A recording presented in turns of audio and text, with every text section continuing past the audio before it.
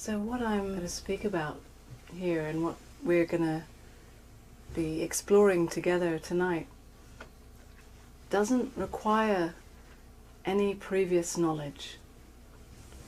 It doesn't require any previous experience. If you've never heard of non-duality or satsang or even spirituality, then you're fine here. And if you think that you know all about non-duality or spirituality or satsang or anything like that, you might have some trouble. Because this really is a very, very simple message.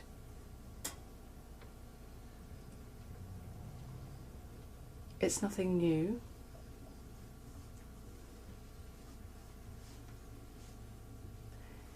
In a way, it's the most familiar, the most ordinary knowing. And yet it can be overlooked because it's too simple.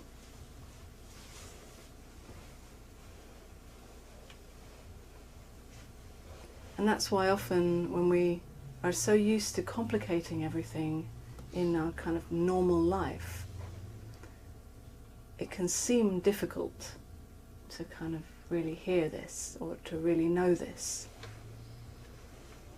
Because I'm pointing to your true nature.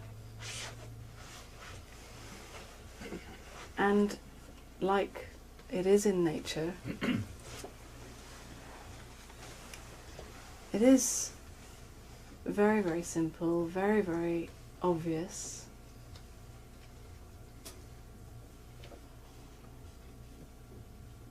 Very, very ordinary, actually. And very, very natural. And often when we're on a spiritual path, we imagine that the goal that we're searching for is something extra, something extraordinary, something out there in the future that we need to try to achieve or become. We need to fix ourselves so that we are perfectly able to live a life that is somehow supernatural.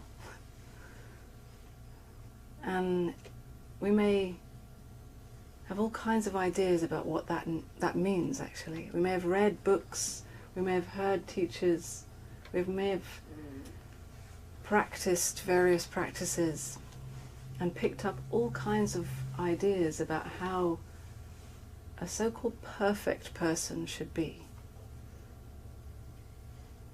What it is to be a good person, a nice person, a spiritual person, or a person who lives without suffering, and what that even means. And even without the spiritual ideas, we may have picked up ideas just from growing up in the world about how to be a person, how to survive as a person in the world.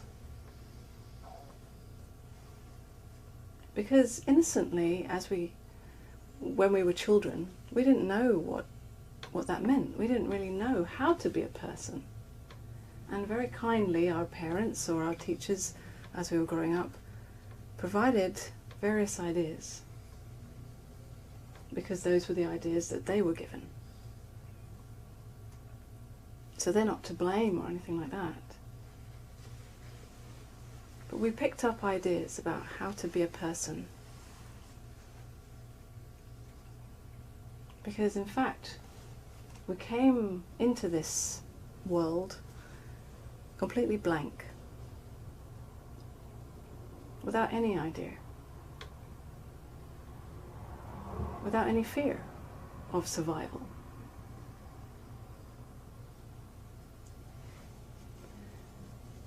Everything was okay.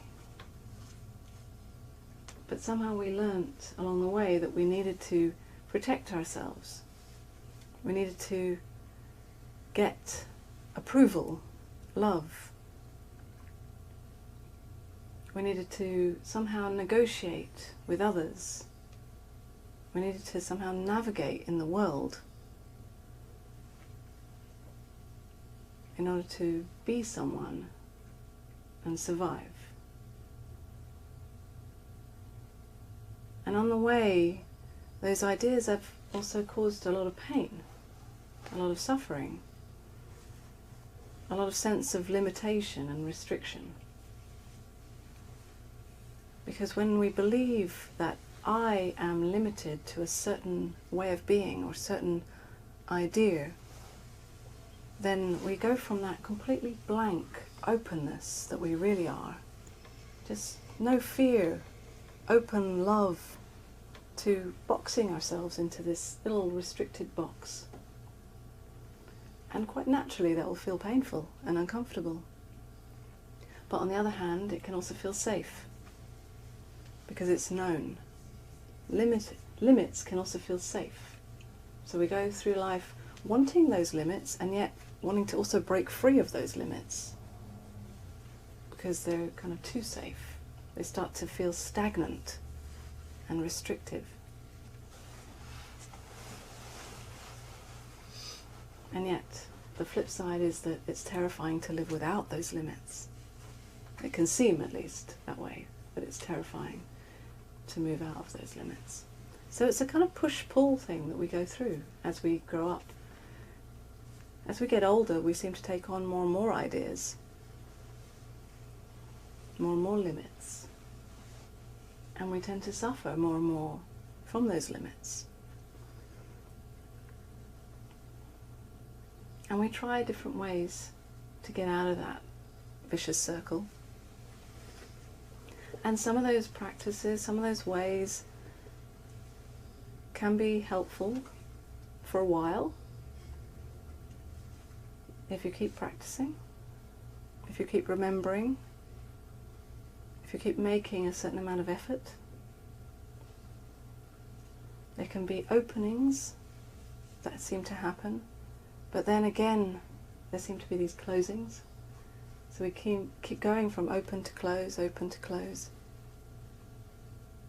And on the spiritual path, we may start to have ideas about what that means. For example, when I'm open, then I've got it. Somehow I remember. But then I seem to forget sometimes, and it all closes down again.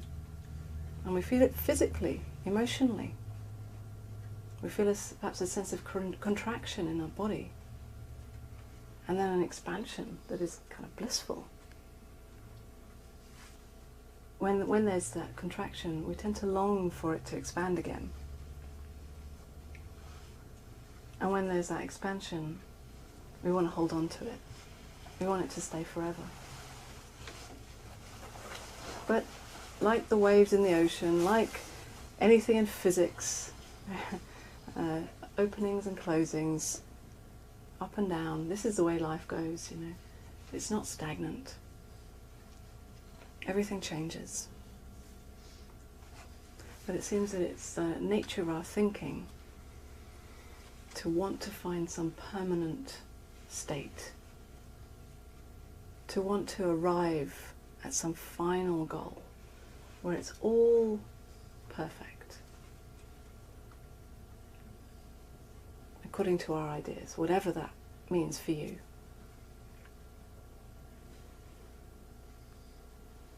So we have this push-pull thing, this open-close, open-close, and in that our thinking that wants to find some resting place, some final landing where it's all okay now. No more struggle, no more push-pull. When will that happen to me? What's wrong with me?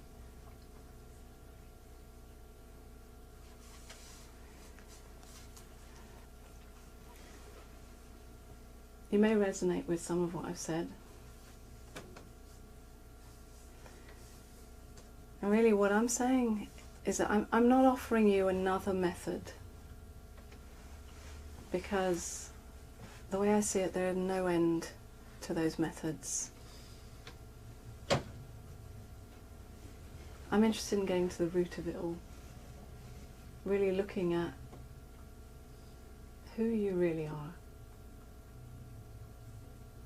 how the whole thing plays out, but really, what is your true nature? And I'm interested in you knowing that for yourself. Not just me telling you and you taking on like some new belief system that maybe will provide you some nice sense of opening now, and then later on you'll forget it, or you'll read another book or hear another teacher and you'll forget, and it'll feel closed again. You know, I'm not interested in perpetuating this vicious circle. If you're willing, and it can be a little scary at first, but if you're willing, I'm interested in really, together with you, investigating the root of it all. Investigating like scientists. So we'll look at how you can actually know what you really know, or what you think you know. How can you prove it beyond your thinking? You may find that I'm undermining your thinking again and again. That's kind of what my job is, really, to undermine your thinking. Because what I've noticed is that thinking can be very unreliable. It'll think one thing today, or let's say this minute, and then it'll change its mind in another 5 minutes, depending on how you feel, depending on the weather, depending on the book you've just read, the person you've just spoken to, how you're feeling physically. Thinking is very unreliable. If you look at it, if you see how the thinking works, you may notice that it's always interested in getting something for me. It's interested in me. Me being the main focus. Me and my life. Me and protecting myself. My future, my past, my problems, my achievements. But it's all about me.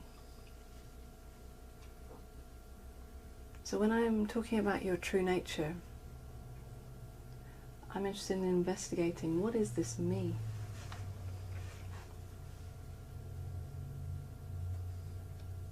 Because it's really not what you've assumed it is. Because this me that perhaps you've assumed that you are is based on those limited ideas that you've picked up along the way. Perhaps one of the most fundamental ones is, I am this body. I am this timeline of my life. I am the history that has brought me to this point. I am a member of my family. I am the role that I play in society, a doctor, teacher, father, mother, daughter, son, woman, man, old, young, healthy, sick.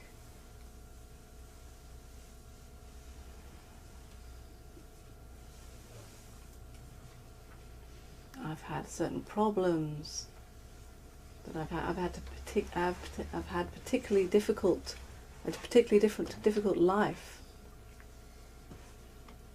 that I've had to overcome. No one can understand how difficult it's been for me.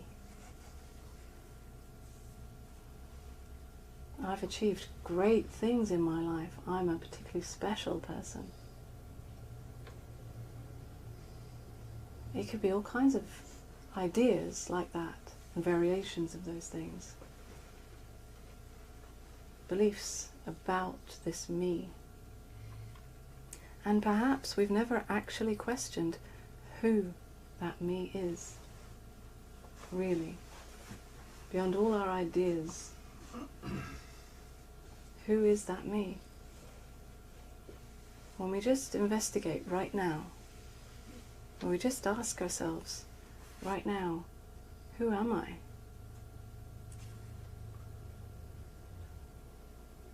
Without thinking about the answer. Because of course the thinking can come up with all kinds of answers to that question. And we don't even try to answer the question. Because the thinking is very helpful. When it hears a question, it wants to come up with a perfect answer. So thank you very much, thinking. That's very kind of you. But right now, we're not going to use you to answer this question. Because right now, we're actually interested in what's real, not what we think is real. In what we actually know, not what we think we know. And there's a big difference. The thinking is not so reliable. It just thinks it knows, and we've taken the thinking to be so important. We've taken the thinking to have all the answers.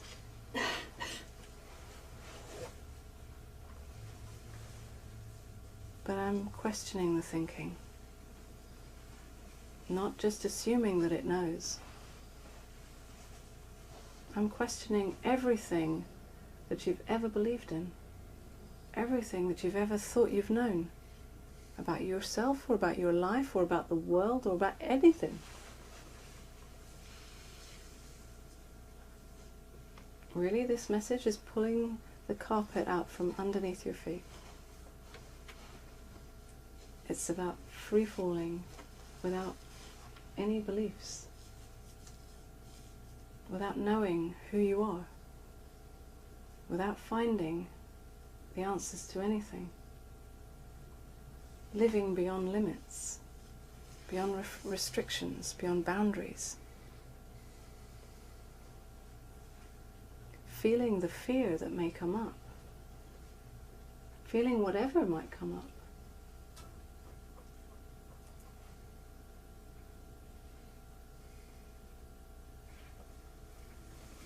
Noticing the thoughts that may come up about what's going on, about what it might mean.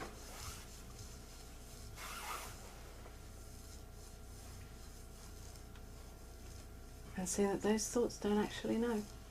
They're just trying to be helpful. They have the best of intentions. They're trying to help you survive. But right now,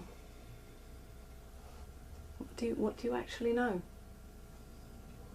beyond your thinking?